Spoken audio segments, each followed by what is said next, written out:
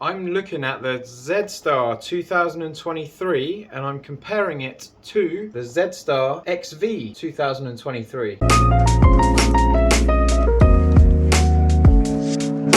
So straight out the box, the first thing I notice is a little change in design on the outside where the little arrows to the sides are hollow. That's got to be worth 10 yards. When you're putting, that's going to be quite nice to line up without having to write a line on the ball, but I still will if I do choose to use one of these golf balls. I'm going to start off with a 50-yard pitch shot just to get an idea of some of those partial swings, how much they spin and what they feel like. And then we take this grip off. Safe to say I've never hit this wedge before. But it looks very nice at address. So with a 60, I'm not quite sure what 50 yards is yet. It's about there, actually. That's a nice start. I'm just going to hit two of the same ball at a time and then alternate 2, 2, 2.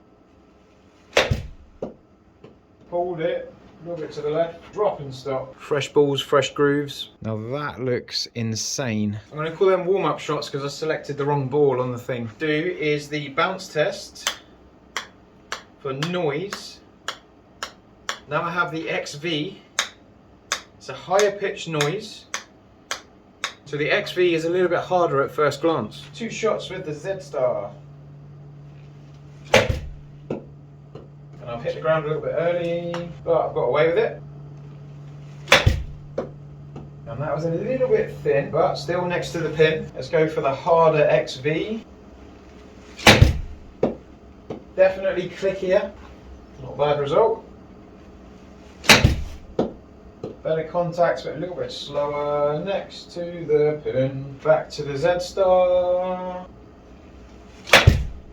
Thinned it again. When you thin it, it tends to spin a little bit more. I'll take the result. Bad technique, good result.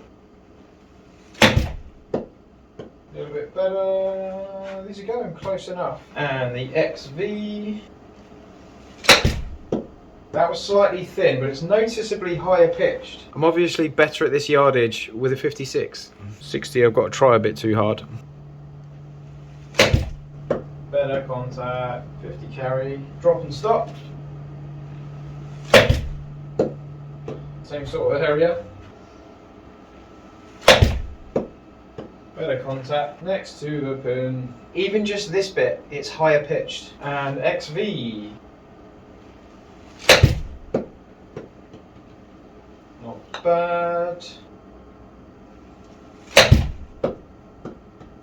And next to the pin. You're not going to hold shots doing that, are you? So partial shots 50 yards with a 60-degree wedge. I've got exactly the same carry of 46. A little bit of variance in strikes. I've got a wedge I've never held before, but with the XV I have got more spin than the Z Star. Z Star 6,800, XV 7,100. So 300 revs more. Exactly the same ball speed and launch angle on average. On average, exactly the same ball speed and launch angle. Peak height exactly the same and finishing distance exactly the same. So I'm just going to grab a 56 and hit some 110-yard shots. 109. 107. Definitely higher pitch noise. So it feels just that little bit harder. 104. My strike. 107. 109. Oh, that was a bad swing. 98. High loft, open face. Not the golf ball's fault. 107 again. 108. Drop and stop. Now I'm not surprised in a way that the ball's going just to the left of target because I normally like my lie angle a little bit flatter, which brings the ball to the right. Standard wedge, I hit it left. 103. 101. Again, I've opened the face, I've come off the shot, I haven't quite got my launch. Bad technique. I'm just going to hit one where I launch it really low and I try everything I've got in the locker to hit it with low launch, low spin. Back of the stance, slamming down on the ball. 111, spin back. Nah. And 106 again. Last one with this ball, I'm going for that low launch, low spin gripper. 112.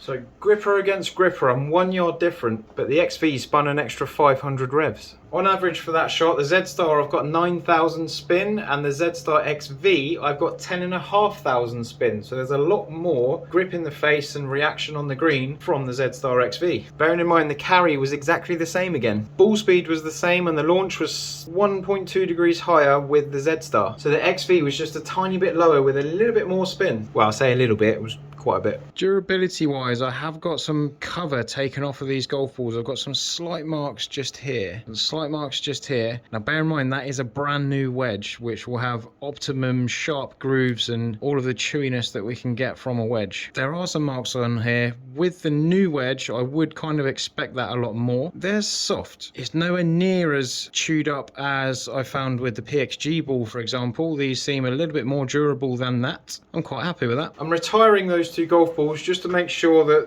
any discrepancies on the cover don't interfere with the 7-iron. That wedge was fun though. Now this is last year's Z Forged because I haven't got my new demo kit yet for the new Srixon clubs, which I am quite looking forward to.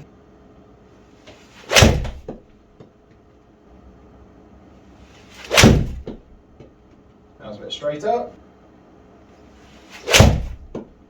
Does feel just a little bit harder still. I think, to be fair, once you've got a ball in the bag and you've hit it a few times, you won't really notice the high pitch, lower pitch noise or the hardness of the ball as much. Because if you use that same ball, you'll just get used to the feeling of it.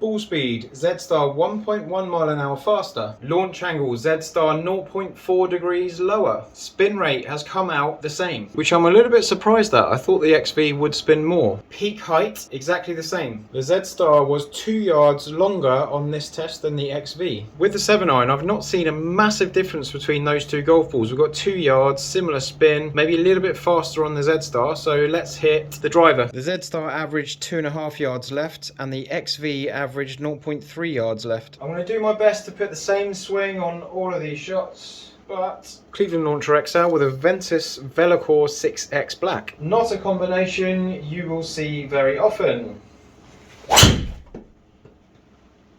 Little draw up the left hand side. A little bit off the toe. Feels a little bit heavier. I don't know how true that feeling is. Well, that did alright. The XV.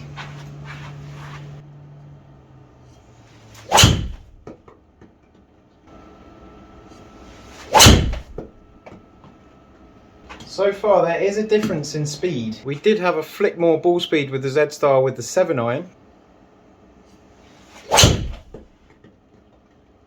Okay, that speed's back up. A little bit left. I'm not sure if I could play golf in a hoodie because sometimes it like wraps around your head. It gets a bit annoying.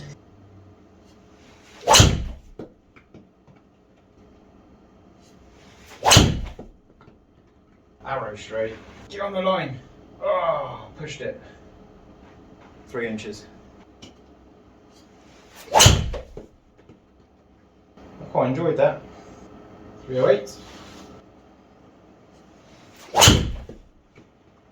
Now it's quite well known on tour that Srixon players, people that use Srixon golf balls, tend to have better days when it's really windy because crosswinds affect the ball less because of the aerodynamics of the golf ball. That's a commonly said thing on tour. With the driver, I've got a little bit more ball speed with the XV, which being a harder compression ball with my swing speed, it's going to compress and release off the face because it's matching my speed. Launch angle a little bit higher with the Z Star, which is something that we saw in the 7.9 as well. Spin rate a little bit higher, or actually lower spin on the XV golf ball, which surprises me a little bit because we did have more spin with the wedge. A little bit more carry, we've got 5 yards more and we've gone 7 yards further. I think because that ball speed and that lower spin combination is just letting that ball release that a little bit more down the target line. Z Star, I did have a bit more spread. XV, I was a little bit closer together. Now it looks to me like the XV is going to suit me a little bit more because I get more spin with the wedges, more grab on the greens, quite good numbers with the driver. The only annoying thing about that is that I'm in love with the Z Star Divide. I don't know if there's an XV in the Divide yet.